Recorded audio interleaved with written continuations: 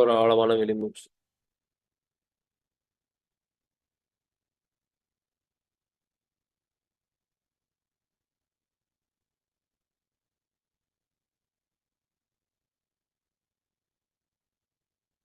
டீப்பா இன்ஹேல் பண்ணி,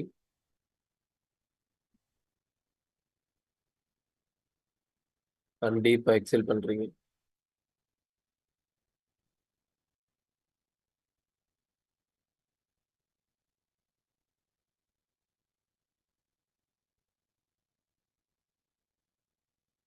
மீண்டும் ஒரு முறை ஒரு ஆழமான உள்மூச்சு, ஆழமான வெளிமூச்சு.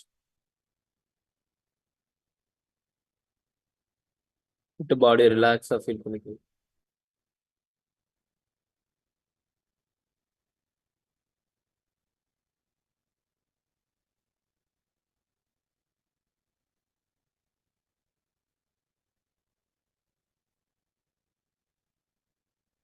ஓம்.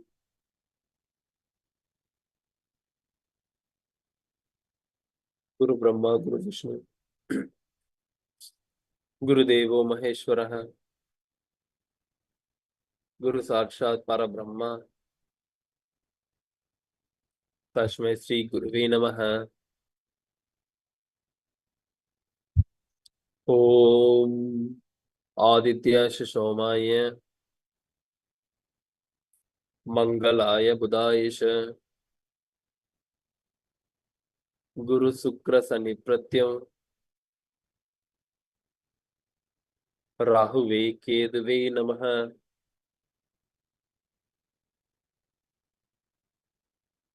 அறிந்தும் அறியாமலும் தெரிந்தும் தெரியாமலும் செய்த சகல குற்றங்களையும் பிழைகளையும் பொறுத்து மன்னித்து காத்திரச்சு தள்ள வேண்டும். நான் செய்த தவறுகள், நான் செய்த பிழைகள்,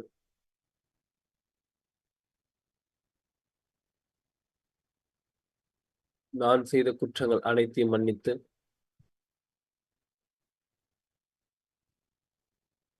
என் வாழ்க்கையை சுகப்படணும்,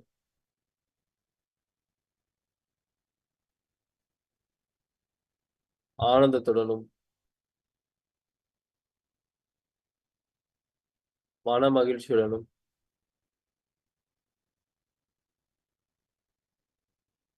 சுகமாய் நிறைவாய் வாழ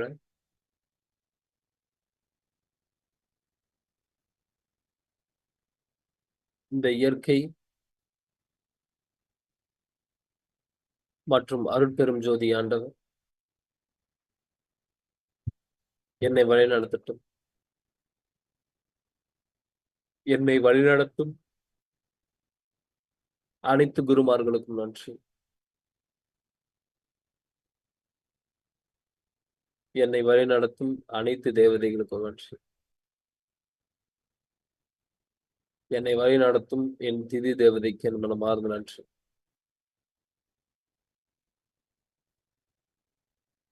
நாளின் செய்யும் வினைதானின் செய்யும் என்னை நாடி வந்த கோளின் செய்யும்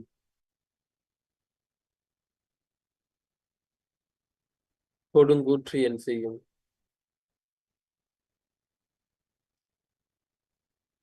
குமரேசர் இரு தாளும் சிலம்பும் சதங்கையும் தண்டையும் சண்முகமும் தோளும் கடம்பும் எனக்கு முன்னே வந்து தோன்றின.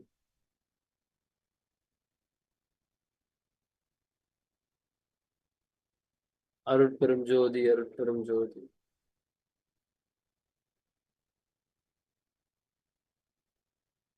தனிப்பெரும் கருணை அருட்பெரும் ஜோதி.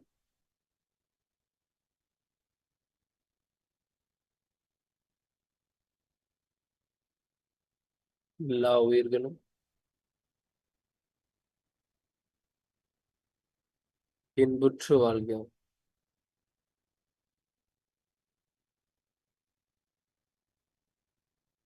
வள்ளல் மலரடி வாழ்க வாழ்க.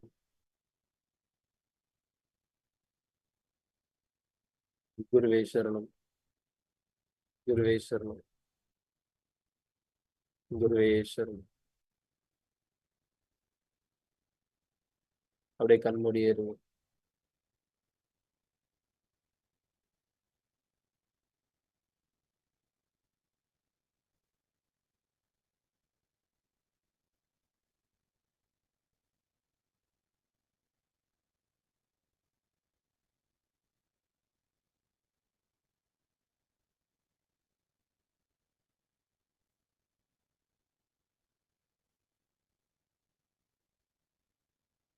கண்மூடியே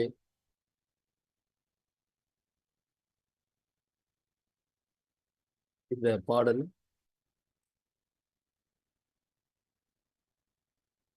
என்ன சொல்லுது அப்படின்றத கவனிக்கலாம்.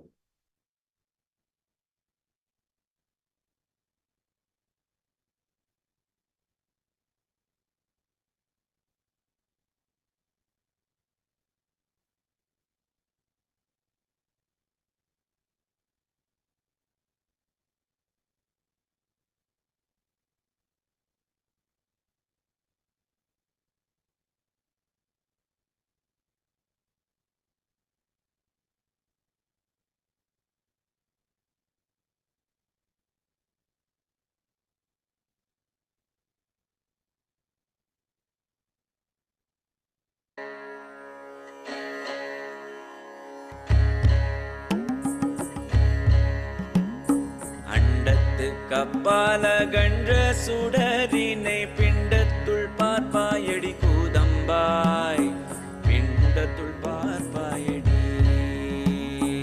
அண்டத்து கப்பால கன்ற சுடரினை பிண்டத்துள் பார்ப்பாயடி கூதம்பாய், பிண்டத்துள் பார்ப்பாயடி.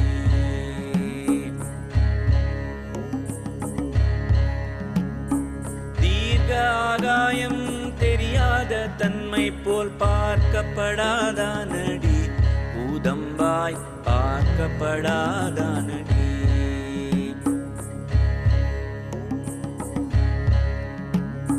வெட்ட வேளிக்குள் வேறும் பாழாய் நின்றதை இட்டமாய் பார்ப்பாயடி கூதம்பாய், இட்டமாய் பார்ப்பாயடி.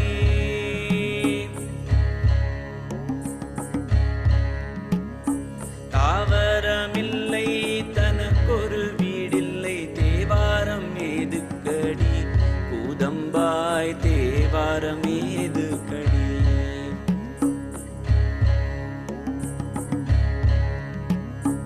என்றும் அழியாமை எங்கும் நிறைவாகி நின்றது பிரம்மமடி கூதம்பாய், நின்றது பிரம்மமடி.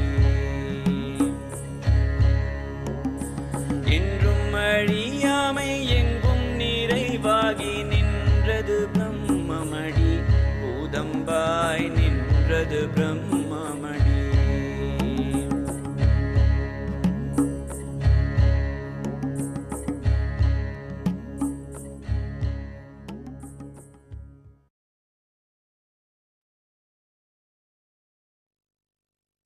யோகேஸ்வர கண்களை மகாதேவா ஊத்திட்டு கண்ணில் திறக்கும்.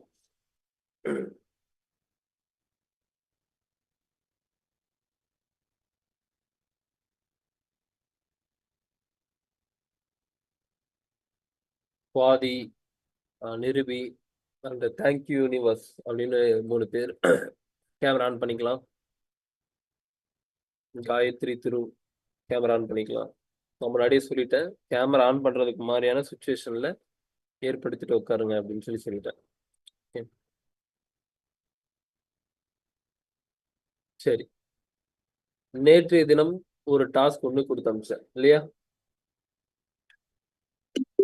பண்ணீங்களா?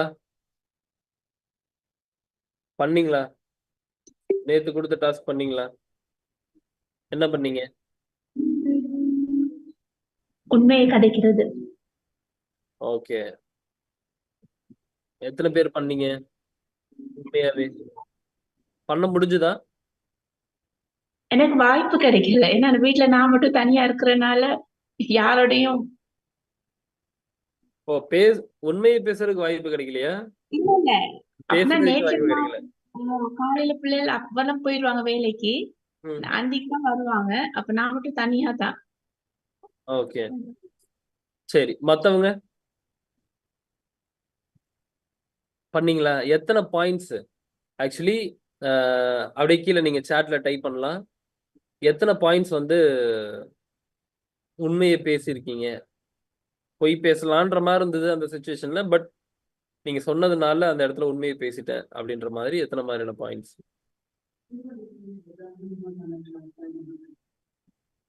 ஷேர் பண்ணுங்க, டைப் பண்ணுங்க, தெரிஞ்சுக்கிறேன். ஒன்னும் இல்ல, 1 2 தான் டைப் பண்ண போறீங்க. என்ன விஷயம் டைப் பண்ண போறது, அதனால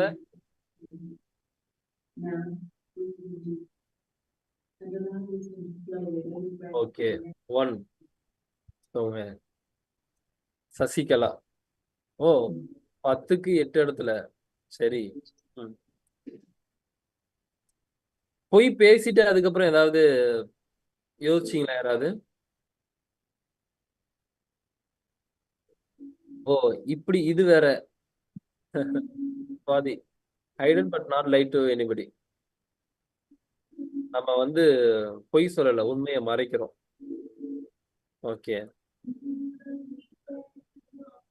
அந்த மாதிரி நீங்க உண்மையை பேசுனதுக்கு அப்புறம் எந்த மாதிரியான ஒரு விஷயம் உங்களோட மனநிலை இருந்துச்சு? யாராவது ஷேர் பண்ண முடியுமா?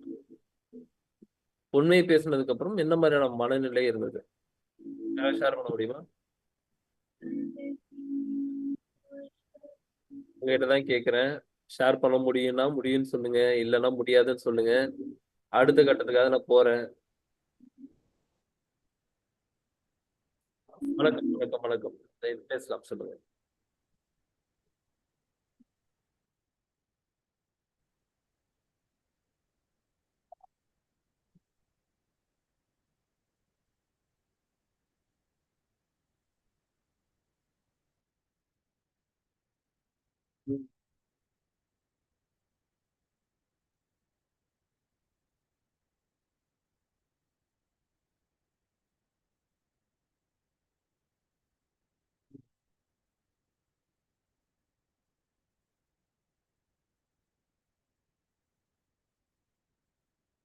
சூப்பர், வேற லெவல். இந்த மாதிரி தான் கேட்குறேன். வாழ்த்துக்கள். ஆக்சுவலி நம்மளோட ஃப்ரீடமே இவ்வளவு நாள் பொய் சொல்றதுனால, மறைக்கிறதுனால நம்மளோட ஃப்ரீடமே நீங்க இழந்திருப்பீங்க.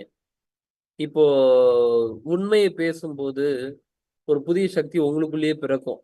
என்னன்னா நீங்க நீங்களா இருப்பீங்க. நீங்க நீங்களா இருக்கும்போது என்னன்னா உங்களால அபரிவிதமா செயல்பட முடியும். நீங்க மறைக்கிறீங்க, இல்ல வந்து பொய் பேசுறீங்க அப்படின்னா அந்த இடத்துல நீங்க வேற மாதிரி. அது எக்ஸ்பீரியன்ஸ் பண்ணாதான் புரியும். ஒரு ஒரு இடத்துலயுமே அதை எக்ஸ்பீரியன்ஸ் பண்ணாதான் புரியும். அதனாலதான் ஒரு டாஸ்க் உங்களுக்கு இங்க பாருங்க, கிளாஸ் மட்டும் எடுத்துட்டு ஓகே போயிட்டு வாங்க அப்படின்னு சொல்லி என்னால அனுப்ப முடியும். ஓகே இன்னைக்கான கிளாஸ் எடுத்துட்டு 1 மணி நேரம் எடுத்துட்டேன், நீங்க அதை அப்ளை பண்ணுங்க அப்படின்னு சொல்லிட்டு நான் கடந்து போயிடுவேன். பட் ஏன் ஒரு ஒரு நாளைக்கு உங்களுக்கு ஒரு ஒரு விஷயத்த கொடுக்குறேன்னா, நீங்க இங்க வந்தா எனக்கு மாறணும். இங்க உள்ள 30 பேர் இருக்கிறாங்கன்னா 30 பேரும் எனக்கு மாறணும். என்னோட ஒரு வெற்றியாவே நான் எதை பாக்குறேன்னா, அது எனக்கான வெற்றியா தான் பாக்குறேன். நீங்க மாறுறது எனக்கான வெற்றியா தான் நான் பாக்குறேன். இல்லைன்னா நான் வந்து உங்ககிட்ட வந்து சொல்லுங்க திருப்போம் அப்படின்னா நான் கேட்க போறது இல்லை. ஈவன் ஃப்ரீ செஷன் எடுக்கும்போது கூட தெரியும், நிறைய பேருக்கு அட்டன் பண்ணவங்களுக்கு தெரியும். ஃப்ரீ செஷன் எடுக்கும்போது கூட 1 மணி நேரம் 2 மணி நேரம்னு சொல்லிட்டு அவங்களுக்கான டவுட்ஸ் இருந்துச்சுன்னா 3 மணி நேரம் 3.5 மணி நேரம்லாம் உட்காந்துலாம் எடுத்திருக்கேன். காலையில 4 மணிக்கு கிளாஸ் ஆரம்பிச்சு 7:30 மணி வரைக்கும்லாம் எடுத்திருக்கேன். 7:30. எனக்கு என்ன அவசியம் இருக்கு உள்ள வந்து அவ்வளவு நேரம் எடுக்கணும்னு? 1 மணி நேரம் பேசணும், 1 மணி நேரம் அவ்வளவுதான். நான் கிளம்புறேன் அப்படின்னு சொல்லிட்டு நான் கிளம்பி போலாம். ஆனா எனக்கு என்னன்னா, நீங்க உள்ள வரீங்கன்னா எனக்கு உண்மையாவே உங்களோட வாழ்க்கையில ஏதோ ஒரு விஷயத்த நீங்க growth ஃபீல் பண்ணணும், நீங்க பார்க்கணுன்றதே என்னோட முழுமையான ஒரு வேண்டுகோள். அதனாலதான் நான் இந்த வாட்டியும் நான் சொன்னேன், ரொம்ப கம்மியான நபர்களை மட்டும்தான் நான் புக்கிங்ஸ் எடுக்க சொல்லி சொன்னேன். நெக்ஸ்ட் பேட்ச்ல வேணா மத்தவங்கள இது பண்ணிக்கிங்க அப்படின்னு சொல்லி. கடைசியில 2 பேர் கூட வந்து இல்ல, அடுத்த வாட்டி எங்களை ஜாயின் பண்றதுக்கு தெரியாது, டேட் அப்படின்னு தெரியாதுன்றதுனால தான் அந்த 30ல இருந்து 32ஓ 34ஓ சம்திங் என்னமோ போச்சு. ஸோ நான் என்ன சொல்றேன்னா, உங்களுக்காக தான் ஒரு விஷயத்த நான் நீங்க கொடுத்து அனுப்புறேன் அப்படின்னும் போது நீங்க அதை அப்ளை பண்ணிட்டு எப்படி இருக்குன்னு நீங்க ஃபீல் பண்ணணும். இங்க பாருங்க, நான் தெரிஞ்சுக்கிறதுக்காகியோ எந்த ஒரு விஷயத்தையும் கொடுக்கல. இதெல்லாம் நான் எக்ஸ்பீரியன்ஸ் பண்ணிட்டேன். என்னோட எக்ஸ்பீரியன்ஸ்ல இருந்து தான் அந்த ஒரு விஷயத்த நான் உங்களுக்கு கொடுக்குறேன். இதெல்லாம் பண்ணா வேற மாதிரி இருக்கு, இதெல்லாம் கொஞ்சம் அப்ளை பண்ணி பாருங்க அப்படின்னு சொல்லி ஒரு விஷயத்த நான் உங்களுக்கு கொடுக்குறதுக்கான காரணமே நான் அதை ஃபீல் பண்ணியிருக்கேன். அதனாலதான். ஓகே. அதனால ஒரு விஷயத்த கொடுக்குறேன்னா அப்ளை பண்ணிட்டு எப்படி இருக்கு அப்படின்றத பாயிண்ட்ஸ் நீங்க எழுதணும். இல்ல நான் உட்காந்து யோசிச்சு பார்த்தேன் அப்படின்னா அதெல்லாம் ஆகாது. எழுதணும் கண்டிப்பா. ஏன்னா எழுதும் போதுதான் அந்த விஷயத்துக்குள்ள நீங்க ரொம்ப நேரம் நிற்பீங்க. யோசிச்சீங்கன்னு வைங்களேன், என்னென்ன இன்னைக்கு நடந்துச்சுன்னு யோசிச்சிங்கன்னு வைங்களேன், பட்டுன்னு ஒண்ணு வரும், அப்படியே இன்னொன்னு போகும். திரும்பி இன்னொன்னு வரும், இன்னொன்னு போகும். அது தாட்ஸ் பண்ணக்கூடிய வேலை. அப்ப என்ன பண்ணுவீங்கன்னா, அங்க இருந்து அங்க ஜம்ப் ஆவீங்க, அங்க இருந்து அங்க ஜம்ப் ஆவீங்க. முழுமையா என்னென்ன மாதிரியான விஷயங்கள் நடந்துச்சுன்னு உங்களால முழுமையா திங்க் பண்ண முடியாது. அப்ப எழுதுறீங்க அப்படின்னா, அந்த விஷயத்துக்குள்ள அவ்வளவு நேரம் நிற்பீங்க. அதுக்கப்புறம் திரும்ப இன்னொரு விஷயம் எழுதும்போது, அதுக்குள்ள இன்னொரு விஷயத்துக்குள்ள ரொம்ப நேரம் நிற்பீங்க. இந்த மாதிரி ஒரு ஒரு இடத்துல நிற்க முடியும். அதனாலதான் உங்களை எழுத சொல்லி சொல்றேன். அதனால தயவு செஞ்சு எந்த டாஸ்க் கொடுத்தாலும் அதை அப்ளை பண்ணும்போது மனநிலை எப்படி இருக்கு அப்படின்றத பார்த்துட்டு சொல்ற டாஸ்க் அப்ளை பண்ணுங்க. நான் முன்னாடி சொல்லிட்டேன், வாய்ப்புகள் எல்லோருக்கும் அமையும். இப்போ உள்ள இருக்கிற 30 பேருக்கு வாய்ப்புகள் பேசுற ஒருத்தன் நான் தான் பேசுறேன். எல்லாருக்கும் வாய்ப்புகள் அமைஞ்சிருக்கு. ஆனா எத்தனை பேர் நேத்து அப்ளை பண்ணீங்க, எத்தனை பேர் நேத்து அப்ளை பண்ணலன்றத பொறுத்து மாறுதா இல்லையா? என்னதான் கிளாஸ்ல வந்து ஒரு 40 ஸ்டூடெண்ட்டுக்கு 50 ஸ்டூடெண்ட்டுக்கு ஒரு டீச்சர் முன்னாடி இருந்து எடுக்கிறாங்க அப்படின்னா, முன்னாடி இருந்து ஒருத்தவங்க டீச் பண்றாங்க அப்படின்னா, 40 பேருமே ஒரே மாதிரியே படிப்பாங்களான்னா படிக்க மாட்டாங்க. அவன் என்ன மாதிரியான அடுத்த எஃபோர்ட்ஸ் போடுறான், அவன் என்ன மாதிரியான விஷயங்கள்ல அப்ளை பண்றான், அவன் என்ன மாதிரியான விஷயங்கள ஹோம் ஒர்க் பண்ணி பார்க்குறான், இதெல்லாம் பொறுத்து தான் அவன் பெர்ஃபார்ம் பண்ணக்கூடியதோ அவனுக்கு வரக்கூடிய மார்க்கோ அமையுது. ஆமாவா இல்லையா? அப்ப என்னன்னா, இந்த 7 நாள் என் கூட அட்டெண்ட் பண்ணும்போது 100% சொல்றேன் உங்களோட வாழ்க்கை மாறிடும். வேற லெவல்ல மாறிடும். நடக்காத அற்புதங்கள்லாம் நிகழும். நீங்க வேணா பாருங்க. எனக்கு இதெல்லாம் வந்து இத்தன வருஷம் பிரச்சனையா இருந்தது. 20 வருஷமா இதுல நான் பெரிய அவதிப்பட்டுட்டு இருந்தேன், உடல் ரீதியா. ஆனா இது எனக்கு சரியாயிருக்குன்னு சொன்னவங்க இருக்காங்க. அதே மாதிரி 7 வருஷம் எனக்கு கேஸ் போயிட்டு இருந்தது. அதுக்கு இந்த கிளாஸ் அட்டெண்ட் பண்ணதுக்கப்புறம் எனக்கு ஒரு ரிசல்ட் வந்திருக்குது. அதுக்கான ஜட்ஜ்மெண்ட் வந்திருக்குது அப்படின்னவங்க இருக்கிறாங்க. இந்த மாரி ஏகப்பட்ட விஷயங்கள். இதெல்லாம் வந்து நடக்குமான்னே நம்ம யோசிக்க கூட மாட்டோம். அந்த லெவல்ல நடக்கும். மிராக்கிள்ஸ் அந்த மாரி நடக்கும். அப்ப என்னன்னா, அடிப்படையில நீங்க அதுக்கு மாறணும். கிளாஸ் அட்டெண்ட் பண்ணா அதான் நான் முன்னாடி சொன்ன மாதிரி, எந்திரிச்ச உடனே காலையில எந்திரிச்ச உடனே வாழ்க்கை மாறிடுமான்னா, எந்திரிச்ச உடனே வாழ்க்கை மாறாது. எந்திரிச்சு எந்த மாரி விஷயங்கள அப்ளை பண்றோன்றத பொறுத்து தான் வாழ்க்கை மாறும். அதனால உள்ள வந்துட்டீங்க. 7 நாள் டைம் ஸ்பெண்ட் பண்ண போறீங்க. இங்க தான் உட்கார போறீங்க அப்படின்னும்போது, சொல்ற விஷயத்த அப்ளை பண்ணிட்டு வாங்க. ஓகே. சரி. இன்னைக்கு எந்த ஒரு விஷயத்த பத்தி நம்ம பேச போறோம் அப்படின்னா, ஃபர்கிவ்னஸ் அண்ட் அக்செப்டன்ஸ். அதானே? டே 2. சரி. ஃபர்ஸ்ட் நம்மளோட போராட்டத்திற்கான காரணம் அப்படின்றது என்ன அப்படின்னா, லைஃப்ல எதையுமே நம்மளால அக்செப்ட் பண்ணிக்க முடியல. ஆமாவா இல்லையா? எப்போ ஒரு அக்செப்டன்ஸ் அந்த இடத்துல நிகழுதோ, எப்போ நீங்க ஒரு விஷயத்த அக்செப்ட் பண்ண ஆரம்பிக்கிறீங்களோ, அப்போ உங்க போராட்டம் நின்றும். ஆமாவா இல்லையா? எப்படி சொல்றீங்க? அக்செப்ட் பண்ணா எப்படி என்னோட போராட்டம் நிற்கும் அப்படின்னு சொல்லி கேட்டீங்கன்னா, உங்களோட வாழ்க்கையில நீங்க எந்த ஒரு விஷயத்த வேணா எடுத்து வச்சு பாருங்க. எப்போ ஒரு விஷயத்த அக்செப்ட் பண்றோமோ, அப்போ அந்தோட சூழல் வேற மாரி. உங்களோட மனநிலை வேற மாதிரி. அக்செப்ட் பண்ண ஆரம்பிக்கும்போது, ஆட்டோமேட்டிக்கா உங்களுக்கு அந்த விஷயமே டோட்டலா வேற மாதிரி நடக்க ஆரம்பிக்கும். இப்போ ஒண்ணும் இல்ல. நீங்க உங்க லைஃப்ல நீங்க அப்ளை பண்ணுங்க. எங்கேயாவது போய் இடிச்சுக்கிட்டீங்கன்னு வைங்க. எங்கேயாவது போய் இடிச்சுக்கிட்டீங்க. இடிச்ச உடனே உங்களுக்கு ஐயோ! அம்மான்னு கத்த தோணும். பெயின் இருக்கும். இல்லன்னு சொல்லி சொல்லல. ஆனா, ஒரு கடுப்பு ஒண்ணு உண்டாகும். எப்படி இத நான் இடிக்கலாம்? அப்படின்ற ஒரு கடுப்பு உண்டாகும். ஆனா, இந்த கணத்த மாத்த முடியாது. இது இடிச்சது இடிச்சது தான் அப்படின்னு சொல்லி, அந்த கணத்த நீங்க அக்செப்ட் பண்ணும்போது உங்களுக்குள்ள போராட்டம் நிகழாது. ஒரு காலையில நீங்க ஆஃபீஸ் போறீங்க. ஆஃபீஸ் போகும்போது போய் சிக்னல்ல நிக்கிறீங்க. சிக்னல்ல நிக்கும்போது உங்களுக்கு கடுப்பா இருக்கும். எப்படி இந்த நேரத்துல சிக்னல் விடலாம்? அதுவும் 120 செகண்ட் போட்டு வச்சுட்டாங்க. அதுவும் சென்னையிலலாம் நீங்க நின்னீங்கன்னா 30 செகண்டுக்குலாம் சில சிக்னல்லாம் 30 செகண்ட் ஒன்ஸ் மாறிட்டே இருக்கும். அதுக்கப்புறம் 30 செகண்டுக்கு அப்புறம் திரும்பவும் கிரீன் சிக்னல் ரெட் சிக்னல் விழுது அப்படின்னா, திரும்ப ஒரு 1 1/2 நிமிஷம் வெயிட் பண்ணணும். இந்த சைடு போற வண்டி, அந்த சைடு போற வண்டி. அதுவும் இந்த சென்னையிலலாம் வண்டி ஓட்டுனீங்கன்னா முடிஞ்சுச்சு. அப்ப எவ்வளவு கடுப்பா இருக்கும் அப்படின்னா, ரொம்ப உச்சகட்ட கடுப்புல இருக்கும். அதுவும் நீங்க ஆஃபீஸ்க்கு வேற லேட்டா போவீங்க. அப்ப சிக்னல் விழுந்துச்சுன்னா, ஏதோ தலையில இடி விழுற மாரி ஒரு ஃபீல் இருக்கும். ஓகே. அப்ப அப்படின்னும்போது, அந்த கணத்தை உங்களால் மாற்ற முடியாது. ஆமாவா இல்லையா? அந்த கணத்த உங்களால மாற்ற முடியாது. அப்ப என்ன பண்ண முடியும்? இப்ப இந்த இடத்துல என்ன பண்ணுவீங்க நீங்க? நான் என்ன கேட்கிறேன், இப்ப சிக்னலும் உங்களுக்கு விழுந்துருச்சு. நீங்க அங்க நின்னுதான் ஆகணும். இல்ல என்னால சிக்னல கிராஸ் பண்ணிட்டு சிக்னல ஜம்ப் பண்ணிட்டு என்னால நான் பே பண்ணிக்கிறேன் அப்படின்னா, பே பண்ணிக்கங்க. ஒண்ணும் பிரச்சனை இல்ல. அதுக்கான கான்சிக்வென்ஸஸ ஃபேஸ் பண்ணிக்கங்க. இல்ல அதெல்லாம் பண்ண முடியாது. எனக்கு வந்து பணமும் போகக்கூடாது. அதுக்கான கான்சிக்வென்ஸஸும் நான் ஃபேஸ் பண்ண மாட்டேன் அப்படின்னா, நீ நின்னு தான் ஆகணும். Yes or no? வேற ஆப்ஷனே இல்ல அப்படின்னா நின்னு தான் ஆகணும். இல்ல இந்த சைடு போய் அப்படியே லெஃப்ட் திரும்பி என்னால இன்னொரு ரூட்ட புடிச்சு போக முடியும் அப்படின்னா, புடிச்சு போங்க. ஆனா, அந்த இடத்துல அந்த விஷயத்த தான் பண்ண முடியும் அப்படின்னா, முதல்ல அந்த இடத்துல அக்செப்ட் பண்ண ஆரம்பிக்கணும். இது உங்களுக்கு வந்து நார்மலா தெரியலாம். என் லைஃப்ல இந்த மாதிரியான சிச்சுவேஷன்ஸ் எல்லாத்தையுமே நான் வேணும்னே கிரியேட் பண்ணி நான் ஹேண்டில் பண்ண ஆரம்பிச்சேன். ஃபர்ஸ்ட் 2, 3 வாட்டி போராட்டம் நிகழ்ந்தது. அது அக்செப்ட் பண்ணிக்கிறதுக்கான ஒரு மனநிலை வராது. வேணும்னே கிரியேட் ஒரு இடத்துலயுமே வேணும்னே கிரியேட் பண்ணி, இந்த இடத்துல மனம் அதுக்கு என்ன சொல்லுது? இந்த இடத்துல அத வந்து எப்படி அக்செப்ட் பண்ணுது? இந்த இடத்துல எப்படி அக்செப்ட் பண்ணாம துடிக்குதுன்னு சொல்லி ஒரு இடத்துலயும் கவனிக்கும்போது தான் புரியுது. அட அதுவும் நம்மளும் ஒண்ணு இல்லன்றதே அதுக்கப்புறம் தான் தெரிஞ்சது. சொல்லுவாங்கல்ல, "you are not a mind, you are not a body, you are a soul" அப்படின்னு சொல்லுவாங்கல்ல. அப்பதான் புரியுது, ஓகே. நீ வேற, நான் வேற. ஆனா இது எல்லாமே இங்க ஒண்ணா சேர்ந்திருக்கனால, இதுக்கு நானுன்னு ஒரு பேர ஒண்ணுத்த குடுத்திருக்கிறான். என்ன எல்லாம் ஒருத்தனா சொல்லிட்டு இருக்கிறான்னு அதுக்கப்புறம் புரிஞ்சது. ஓகே. அப்ப என்னன்னா, இந்த மைண்ட் தேவையில்லாம ஒரு இடத்துலயுமே உங்களுக்கு சஞ்சலத்தை ஏற்படுத்திட்டே இருக்கும். நான் முன்னாடி சொன்ன மாரி சுகவாசி. என்னது? சுகவாசி. 30 செகண்ட் கூட அங்க போய் சிக்னல்ல நிக்காது. சிக்னல்ல 30 செகண்ட் கூட நிற்காது.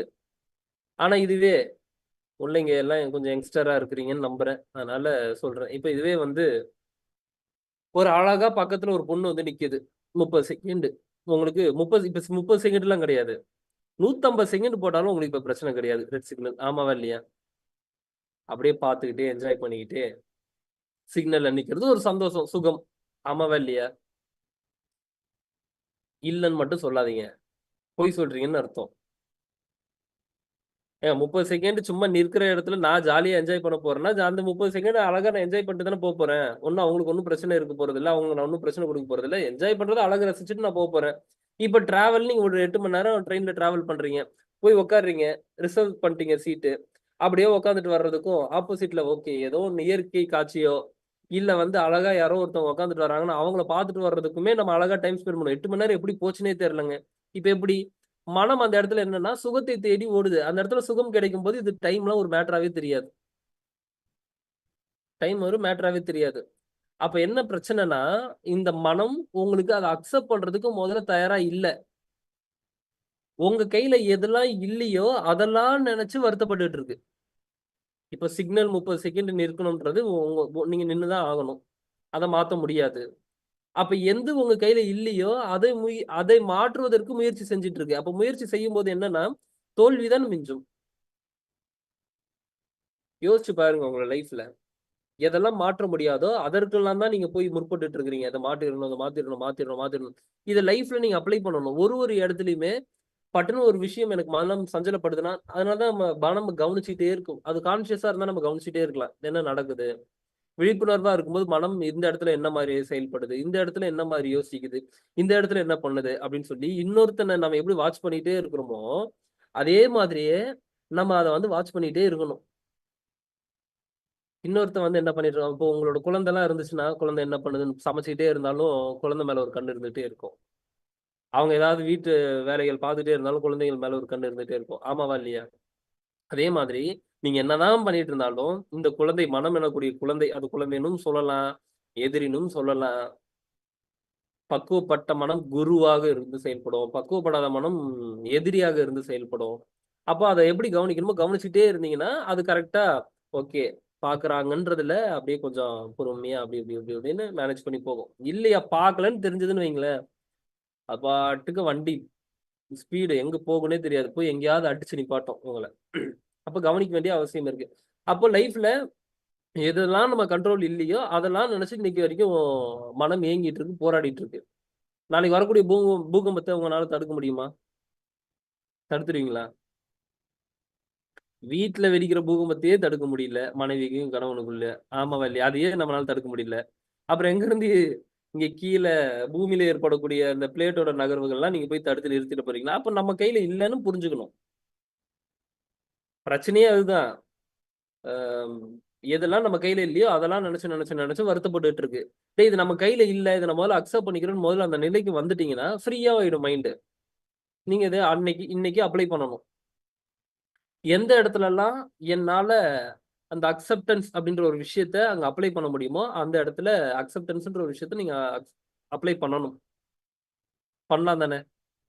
நான் அதுக்கு ஒரு உதாரணமா சிக்னலும் சொல்லிட்டேன். இல்ல எந்த இடத்துல எல்லாம் உங்களுக்கு ஒரு விஷயம் நடக்குதுன்னு பாருங்க. இப்போ ஒண்ணும் இல்ல, யாராவது ஒருத்தவங்க இன்னைக்கு வந்து ஏதோ ஒரு விஷயத்த கொடுக்குறோன்னு சொல்லியிருப்பாங்க, கொடுக்காம இருப்பாங்க, அங்க ஒரு போராட்டம் நிகழும். அது எப்படி இன்னைக்கு வரேன்னு சொல்லி தானே சொன்னாங்க, ஏன் இப்படி ஆச்சு, ஏன் அப்படி ஆச்சு. உண்மையாவே அவங்களுக்கு ஃபோன் பண்ணி எதுக்கு நீங்க வரலன்னு கேட்கலாம். ஆனா உங்களுக்குள்ள ஒரு போராட்டத்தை நிகழ்த்திக்க கூடாது. ஓகே, இன்னைக்கே அது நடக்கலன்னா ஒரு காரணம் இருக்கு, விட்டுரு அப்படின்னு சொல்லி எப்போ போக கத்துக்கிறீங்களோ அப்போ மனம் சஞ்சலப்படாது. முக்காவாசி பிரச்சனைக்கான காரணமே ஏற்றுக்கொள்ள முடியாத நிலைதான். ஆமாவா இல்லையா? அக்செப்ட் பண்ணிக்கல. என்ன அவன் வீட்ல மட்டும் 3 கார் நிக்குது, நம்ம வீட்ல ஒரு கார் கூட நிக்கல. என்ன அவன் மட்டும் ஒரு பெரிய வீடு கட்டிட்டான், நம்ம இன்னும் வீடே கட்டல. என்ன அவன் மட்டும் ஒரு 7 சீட்டர் கார் வாங்கிட்டான், நம்ம வெறும் 5 சீட்டர் கார் தான் வச்சிருக்கிறோம். என்ன அவன் மட்டும் அவனோட குழந்தைகளுக்கெல்லாம் வந்து கல்யாணம் பண்ணி கொடுத்துட்டான், நம்மளோட குழந்தைக்கெல்லாம் இன்னும் கல்யாணம் பண்ணியே கொடுக்கல. என்ன அவனுக்கு எல்லாமே அமையுது, நம்மளுக்கு எதுவுமே அமைய மாட்டேங்குது அப்படின்னு சொல்லி ஒரு இடத்துலயுமே இந்த கால்குலேஷன் மைண்ட். அவனுக்கு என்ன நடந்தது, நம்மளுக்கு என்ன நடந்ததுன்னு சொல்லி கால்குலேட் பண்ணது இல்லையா? அப்ப என்னன்னா அங்க அக்செப்ட் பண்ணிக்க முடியல. நமக்கு என்ன நடக்குதுன்றத அதை சந்தோஷமாக பார்க்கிறதுக்கு மனம் இல்ல. இன்னொருத்தனுக்கு என்ன நடந்தது, நான் என்ன கேட்கறேன்னா, உங்களோட லைஃப் அவனோட லைஃப் சேம் கிடையாது. இப்ப அவனோட லைஃப்ல நடந்த ஒரு விஷயத்த உங்களோட லைஃப்ல அப்படியே பிரபஞ்சம் அப்படியே கொடுத்துக்கிட்டே வந்துச்சுன்னு வைங்களேன், உங்களால முடியாது, ஹேண்டில் பண்ண மாட்டீங்க. அவனோட இல்லைங்க, அவனோட லைஃப் மாதிரியே இருந்துட்டா பெட்டரா இருக்கும் அப்படின்னா, அவன் வந்து அவங்க அம்மா அப்பாவை இழந்திருப்பான், அவன் அவங்களோட குழந்தைகளை இழந்திருப்பான், என்ன வேணா நடந்திருக்கலாம்ல. அப்புறம் எப்படி நீங்க அங்க போய் அந்த ஒரு விஷயத்த கால்குலேட் பண்றீங்க? அப்போ பிரபஞ்சம் எந்த நேரத்துல யாருக்கு எதை கொடுக்கணுமோ அந்த நேரத்துல பிரபஞ்சம் அவங்களுக்கு அதை கொடுக்கும். அதை நினைச்சு நீங்க கவலைப்படணுன்ற அவசியமே இல்ல. கிடைக்கிறது கிடைக்காம இருக்காது, கிடைக்காதது கிடைக்காது. ரஜினி சார் டைலாக் மாதிரிதான், கிடைக்கிறது கிடைக்காம இருக்காது, கிடைக்காதது கிடைக்காது அப்படின்னு இல்லையா? அந்த மாதிரிதான் உங்களை தேடி வரக்கூடிய ஒரு விஷயம் உங்களை தேடி வரும். இதுக்கு நடுவில் நம்மளுக்கு ஏன் போராட்டம்? மனம் எப்பயுமே இந்த மனதை பத்தி நீங்க புரிஞ்சுக்கணும். அதுதான் உங்களை அவ்வளவு ஒரு விஷயத்த சொல்லிட்டு இருக்கேன். இயங்கிக்கிட்டே இருக்கும் ஒரு விஷயத்த பாக்குறதுக்கு. ஒண்ணு இல்ல, ஒரு இ-காமர்ஸ் வெப்சைட்ல ஒரு ப்ராடக்ட் ஆர்டர் போட்டுறீங்க. உங்களுக்கு நாளன்னைக்கு வந்தாலும் அந்த ப்ராடக்ட் பிரச்சனை கிடையாது. ஆனா இன்னைக்கே வருமான்னு சொல்லி மனம் அது இயங்கிக்கிட்டே இருக்கும். கவனிச்சிருக்கீங்களா? அதனாலதான் இன்னைக்கு சக்சஸ்ஃபுல்லான ஒரு பிசினஸ் எதுவா இருக்கு அப்படின்னா இம்மீடியட் டெலிவரி. இப்ப ஜெப்டோவா இருக்கட்டும், ஸ்விக்கி இன்ஸ்டாமார்ட்டா இருக்கட்டும், இல்ல வந்து பாத்தீங்கன்னா அமேசான் ரீச் ஆனதுக்கான காரணமே 1 டே டெலிவரி தான். ஒரே நாள்ல டெலிவரி கொடுத்தான். ஆமாவா இல்லையா? இப்ப எங்க இருக்குது பாருங்க ட்விஸ்ட். இது நார்மலா நீங்க கடந்து போயிடுவீங்க. இதெல்லாம் நான் உட்காந்து யோசிச்சிருக்கேன். எப்படி இந்த மனம் இயங்குது? உடனே அவனுக்கு பார்த்த உடனே இமீடியட்டா கையில அவனுக்கு வாங்கி அதை பார்க்கணும். ஆர்டர் போட்ட உடனே அவனுக்கு கையில அதை வாங்கி பார்க்கணும். சாயங்காலம் வரைக்கும் அவனுக்கு சாயங்காலம்க்கு அப்புறம் போய் வாங்கலாம்னு இருக்கிற மாதிரி இதுவா இருந்தாலும் இமீடியட்டா அதை வாங்கி இப்ப பார்த்துட்டு சும்மா மூலையில போட்டு வச்சிருப்பான். ஆனா சாயங்காலத்துக்கு மேல எடுத்து யூஸ் பண்ணுவான். ஆமாவா இல்லையா? எத்தனை பேர் அதை அக்செப்ட் பண்ணிக்கிறீங்க? எல்லாருக்குமே இருக்கு. அதனாலதான் வந்து ஒரு ப்ராடக்ட் ஆர்டர் பண்ணிட்டா எப்போ வரும், எப்போ வரும், எப்போ வரும், இந்த வாசல்லையே நம்ம காத்து கிடப்போம்ல அந்த மாதிரி. அது மனம் ஏற்படுத்தக்கூடிய ஒரு விஷயம். மனம் இயங்கிக்கிட்டே இருக்கும் ஒரு விஷயத்துக்கு. அப்ப என்ன பண்ணணும்னா, வரும்போது வரும், ஃப்ரீயா இருந்து அதுகிட்ட நீங்க கமெண்ட் பண்ண தெரியணும். அது சொல்லும், இல்ல இல்ல வாங்கி பார்த்துட்டா நல்லா இருக்கும்ல, திரும்ப கமெண்ட் பண்ணணும். ஒரு 4-5 வாட்டி அது போராடும் உங்க கூட. இல்ல வேணும் வேணும் வேணும்னு போராடும். இப்ப அது வராது, 5 மணிக்கு மேலதான் ஃப்ரீயா இருந்தா ஃப்ரீயா விட்டுரும். கொஞ்சம் அப்படி இல்ல, அப்ப கூட நீ பாரு, கொஞ்சம் கன்சிடர் பண்ணலாம் அப்படின்ற மாதிரி உங்ககிட்ட திரும்ப வரும். முடியாது உட்காருன்னீங்கன்னா உட்காரும். இதுதான் மனதை பழக்கக்கூடிய ஒரு அடிப்படையான ஒரு விஷயமே.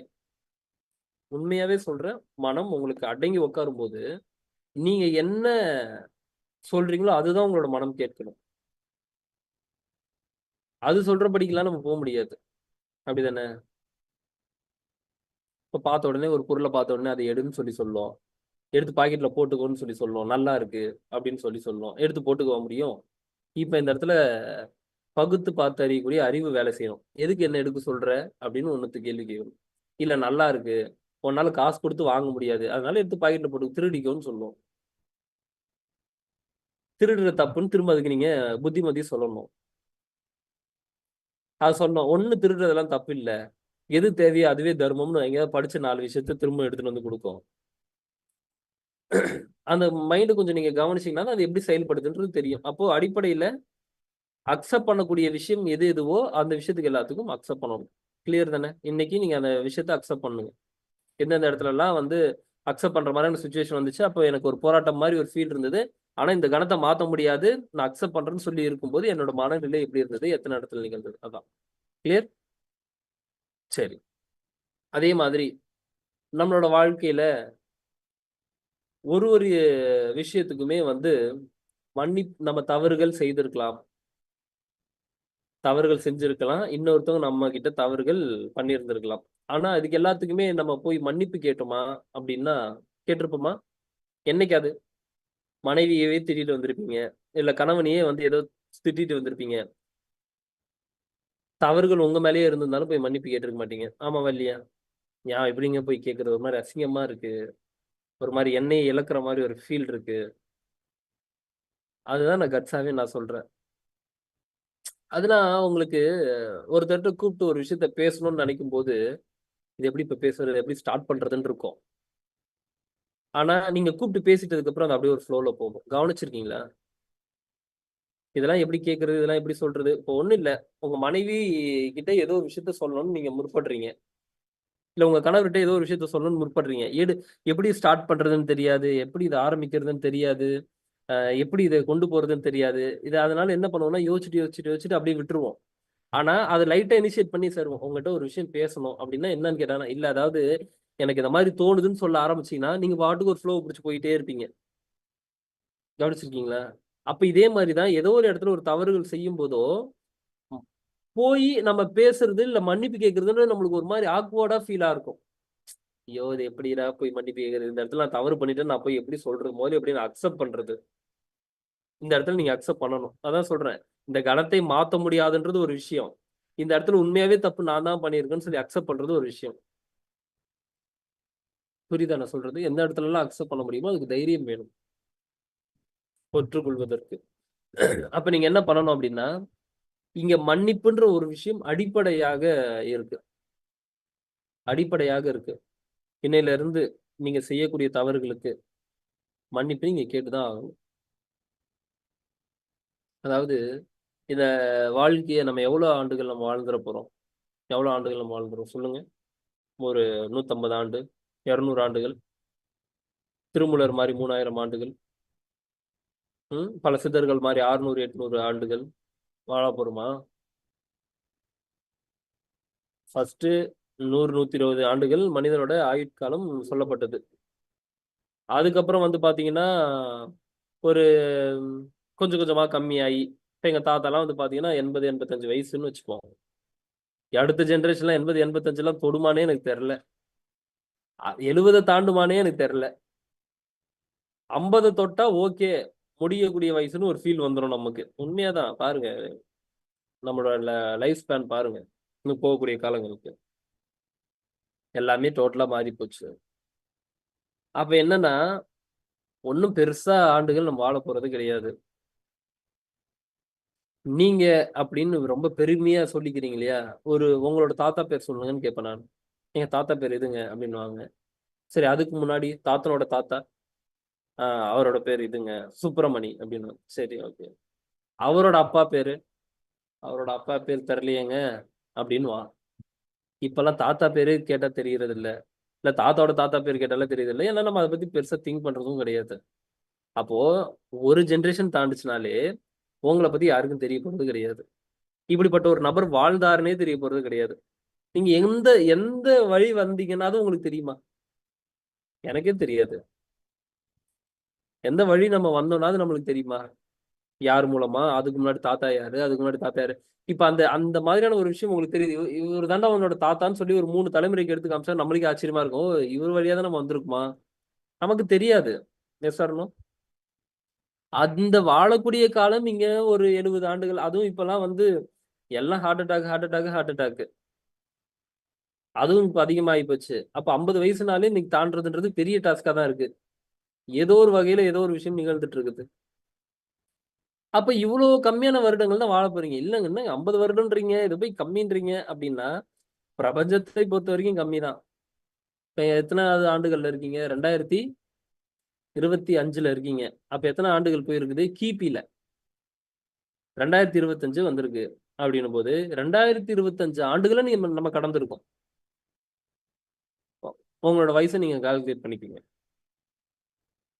ஒரு 30, 40, 50, 60, 70 அப்ப மீதி இருக்கக்கூடிய ஒரு 2000 ஒரு 1900 ஆண்டுகள், இல்ல 2000 ஆண்டுகள். இப்ப இது எல்லாமே இந்த பிரபஞ்சத்துக்கு இப்படின்றதுக்குள்ள ஓடுன நேரம். பிரபஞ்சத்துக்கு இங்க நேரம் முடியாது. இப்படின்றதுக்குள்ள ஓடிட்டோம். ஆக்சுவலி உங்களுக்கு மனம் இருக்கிற வரைக்கும் தான் இந்த நேரம் தெரியும். மனம்னு ஒண்ணு இல்லன்னா உங்களுக்கு நேரம் தெரியாது. தூங்கி எந்திரிக்கும்போது இப்பதானே படுத்தேன். அதுக்குள்ள ஏன் எழுப்புறீங்கன்னுவீங்க. ஆனா 10 மணி நேரம் தூங்கியிருப்பீங்க. ஆமாவா இல்லையா?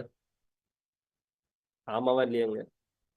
அப்போ 8 மணி நேரம் எ காலையில இருந்து நீங்க யோசிச்சு பாருங்க. காலையில ஒரு 9 மணிக்கு நம்ம ஸ்டார்ட் பண்றோம். திரும்ப போய் படுக்கிறதுக்கு 8 மணி ஆகுது அப்படின்னா, எவ்வளவு நேரம் நீங்க நடுவுல இருந்திருக்கீங்கன்னா, 11 மணி நேரம் இருந்திருக்கீங்க. காலையில ஒரு 8 மணிக்கு ஸ்டார்ட் பண்ணி, ஒரு ஓகே 8 மணிக்கு நீங்க ஸ்டார்ட் பண்ணி, இப்ப ஒரு திரும்ப 9 மணிக்கு போய் இது பண்றீங்கன்னா, 13 மணி நேரம் கிட்ட நீங்க இருந்திருக்கீங்கன்னு வச்சுப்போம். இந்த 13 மணி நேரத்த நீங்க தூக்கத்திலயும் ஸ்பெண்ட் பண்றீங்க. ஆனா இப்படின்றதுக்குள்ள ஓடுது. அப்படின்னா, தூங்கும்போது உங்களுக்கு நேரம் தெரியல. ஏன்னா மனம் இல்ல. கோமா ஸ்டேஜ்ல இருந்து எந்திரிச்சதுக்கு அப்புறம் 30 வருஷம் கோமால இருந்தாங்க. 25 வருஷம் கோமால இருந்தாங்கன்னு தெரியாது அவனுக்கு. இப்படின்றதுக்குள்ள எந்திரிச்ச மாரி இருக்கும். அவனோட ஆண்டுகள் எல்லாம் போயிருக்கும். அப்ப மனம் இல்லன்னா, காலம் இல்ல. அப்ப அப்படின்னும்போது, இவ்ளோ ஆண்டுகள் நம்ம இவ்வளவுதான் வாழப் போறோம். பிரபஞ்சத்துக்கு இப்படின்றதுக்குள்ள. இதுல இவ்ளோ போட்டி, இவ்ளோ போராம, இவ்ளோ வஞ்சக உணர்வு, வஞ்சக எண்ணம், இதெல்லாம் நம்ம கேரி பண்ணிட்டு நம்ம என்ன பண்ண போறோம்? இத நீங்க அப்படியே உங்ககிட்ட நீங்க கேரி பண்ணி நீங்க என்ன பண்ண போறீங்க? இது எல்லாத்தையும் நீங்க கேரி பண்ணி போனீங்கன்னா, ஒரு விஷயம் நடக்கும். என்ன தெரியுமா நடக்கும்? மீண்டும் இந்த பிறப்பென்னும் சுழற்சியில உங்கள திரும்பவும் போட்டுருவாங்க. திரும்பவும் நீங்க இதுக்காக பிறப்பெடுத்து, இந்த விஷயத்த அழிக்கிறதுக்காக நீங்க வரணும். இந்த விஷயத்த என்னோட என்னோட ஃப்ரெண்ட்ல ஒருத்தர் என்ன பண்ணுவாருன்னா, ஏதாவது ஒரு பொருள நீங்க அவருக்கு குடுத்தீங்கன்னு வையுங்களேன், அவரு ஏதாவது ரிட்டர்ன்ஸ்ல உங்களுக்கு குடுத்து அனுப்பிச்சுருவாரு. இது நம்மளோட பழைய காலத்துல இருந்தது. இப்ப இல்ல. இப்ப வாங்குற முறை மட்டும் தான் இருக்குது. குடுக்கும் முறை இல்ல. ஏதாவது வீட்டுக்கு வந்து ஏதாவது வந்து யாராவது குடுத்துட்டு போறாங்கனாலே, திரும்ப ரிட்டர்னா ஏதாவது குடுத்து அனுப்புவோம். தாம்பூல பை போடுவோம். தெரியும்ல கல்யாணத்துல.